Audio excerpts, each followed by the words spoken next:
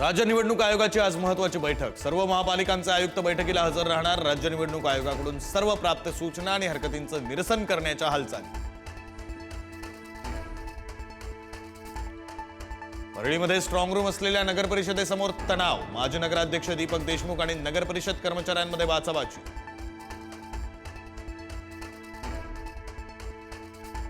गोंदियातील सालेकसा नगरपंचायतीमध्ये गोंधळ। Strong room मध्ये ईव्हीएम मशीन ठेवण्याआधी सील तोडण्यात आल्याचा आरोप। उमेदवारांसह नागरिकांची तहसील कार्यालयावर धडक।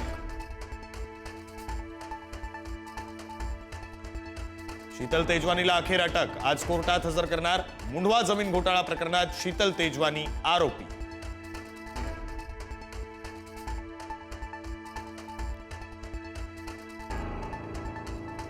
शीतल तेजवानीच्या अटकेनंतरही मगरुरी कायम। पोलीस आयुक्तालयामध्ये आणल्यानंतर गाडीतून उतरण्यास विरोध। शॉर्टकटनं नेतो असं सांगितल्यानंतरच शीतल गाडीतून उतरली।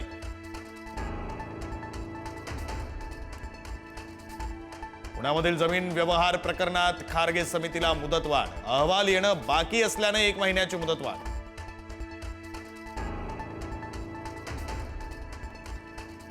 रोहित पवारांना नाशिक न्यायालयामध्ये हजर राहण्याचे आदेश। रमी प्रकरणात मंत्री माणिकराव कोकाटेंची बदनामी केल्याचा आरोप।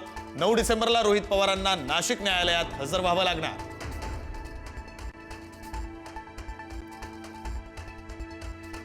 टीईटी परीक्षा पेपर फुटी प्रकरणी आणखी 3 अटक। आतापर्यंत 26 जणांना अटक। मुख्य सूत्रधार महेश गायकवाड आणि इतर एजंटांच्या चौकशीतून अनेक माहिती समोर।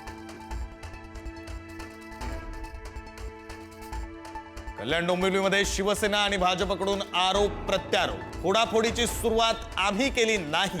भाजपचा इशारा, तर तुम्ही 1 घ्याल तर आम्ही 4 घेऊ। भाजपचा शिंदेंच्या शिवसेनेला इशारा।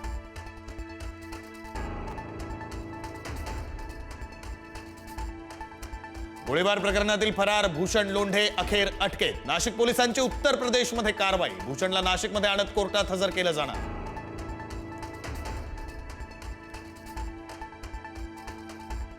नाफेड एनसीसीएफ कांदा खरेदीतील घोटाळ्याच्या चौकशीचे हायकोर्टाचे आदेश। 16 जानेवारी 2026 पर्यंत आर्थिक गुन्हे विभागाला अहवाल देण्याचे निर्देश। नाफेड, एनसीसीएफ, एफपीसी अधिकारी आणि व्यापाऱ्यांनी केंद्राची फसवणूक केल्याचा आरोप। गोलीच्या पांगरा शिंदे गावामध्ये भूकंपाचे सौम्य धक्के। भूकंपाचे धक्के जाणवल्यानं ग्रामस्थ भयभीत।